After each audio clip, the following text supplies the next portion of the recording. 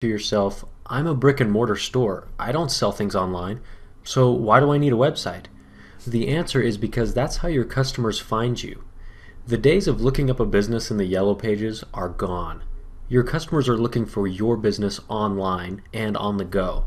The fact is, it doesn't matter what you're selling or what kind of business you're in. You need to have a professional, high-converting website.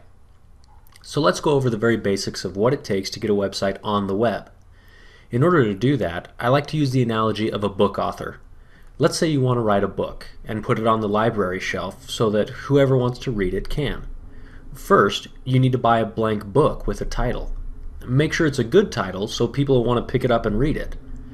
Second, you need to be able to actually write on the blank pages of the book. You need a good pen. And finally, you need to get your book off your desk and onto the library shelf so that the public can actually see it. Well, creating a website works the same way. First, you need to choose and register your domain name. This is like finding a good title to your book. Because you're a brick and mortar store, it might be a good idea for your domain to have something to do with your geographic location. Let's say you have a courier service in Aspen, Colorado. It'd be a great idea to register aspendelivers.com or aspencourier.com. Even if it isn't the name of your company, the amount of natural traffic that domain will generate will be well worth it. Plus, you can always direct that traffic to the name of your company.com or whatever your actual domain name is. Now, you'll need to register that domain name with a registrar. There are quite a few registrars out there, and they're extremely easy to find. You can just Google domain name registration and find one that you like. Once you have your domain name registered, it should be around $10 a year. You'll need to get your site hosted.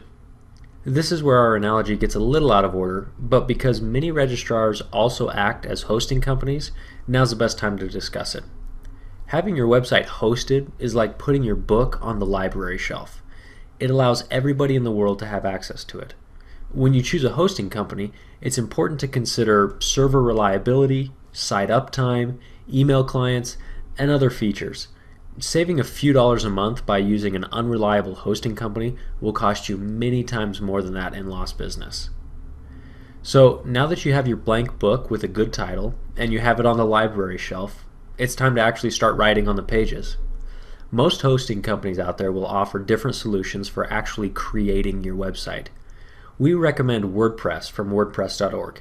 It's free, it's widely used, and most hosting companies will offer a one-click installation of the software.